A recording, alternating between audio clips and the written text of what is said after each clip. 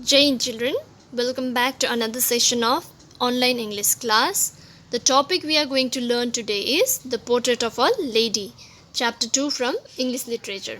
It is written by India's best known writer Khushwant Singh. The picture you see on the screen is of Khushwant Singh. He was an Indian author, lawyer, journalist and politician, and he was born in the year 1915 in Punjab and died in the year 2014 in New Delhi. He was honored with many awards like Padma Bhushan, Padma Vibhushan and many more. He has written many novels, books and short story collections, and The Portrait of a Lady is one of them. This story is actually a real life account of author's relationship with his grandmother. So we all also share a special bond with our grandparents, right? And they are very loving and caring towards us, and we cherish their love and affection our whole life. Now let us see how the author's relationship with his grandmother was and how it changes with time. I'll explain the story paragraph wise, and as I explain, I want you to refer your book if you have. The Portrait of a Lady. So the portrait means a painting or a drawing, and a lady here is the author's grandmother. Author means writer. So the lady here is the author's grandmother. So here the author draws painting of his grandmother in our mind through his fine piece of writing, that is this short story. The first paragraph says, the author and his grandmother were good friends. When his parents moved to the city, they left him with his grandmother in the village. His grandmother used to wake him up in the morning and get him ready for the school. While she bathed and dressed him, she used to sing the same morning prayer every day with the hope that he will also listen and learn it. So the next paragraph says, after having thick stale chapatis with butter and sugar for breakfast, they used to leave for school, and she used to carry some stale chapatis with her to feed the village dogs. So the author's grandmother always dropped him to school as it was attached to the temple. While the author used to learn alphabets and prayers in school, his grandmother used to sit inside the temple and read holy books, scriptures. After the school, they used to return home together, feeding the stray dogs who followed them growling and fighting for those stale chapatis. Then there was a change in their friendship when they went to live in city with his parents.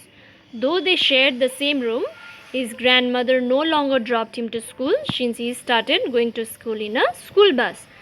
And as there were no dogs in the city streets, she used to feed sparrows in the courtyard of their city house. So as the time passed by, they used to see each other or meet each other very less. She was very disturbed and sad as the author used to study English words and Western science in city school and nothing about God and scriptures, holy books. She became very upset when the author told that he was given music lesson from the school, which according to her was not good for gentle people like them. So when the author went to the university, he was given a separate room.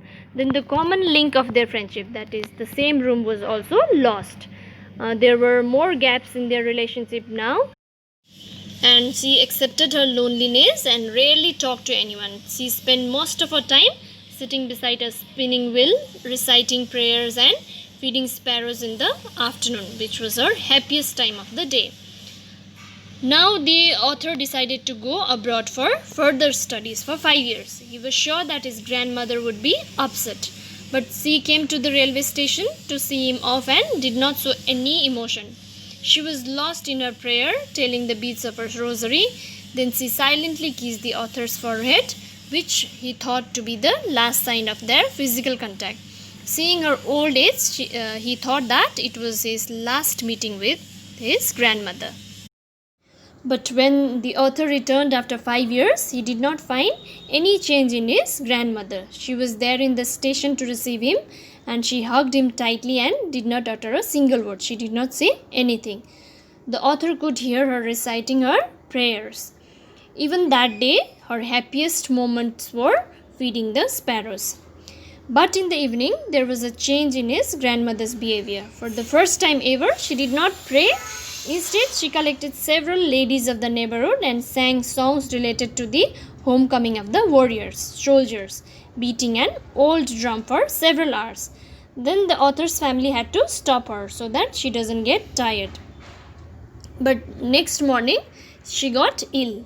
Though the doctor said it was a mild fever and she will get well soon, but grandmother knew that her end was near.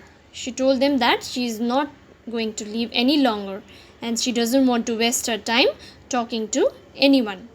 So the author's family told her that she is not going to die. They protested, but the grandmother ignored them and started praying and telling her beads peacefully.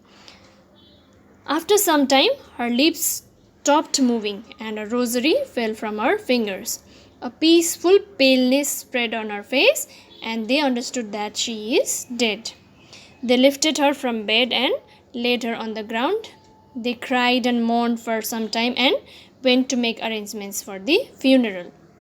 Now, in the last paragraph, we see that the author and his family came to her room in the evening with a newly made stretcher to take her body to be cremated for the last rite.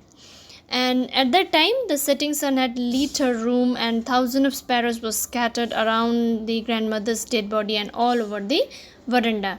Those sparrows were very sad and were mourning the death of grandmother in silence. They were not chirping. There was no chirping.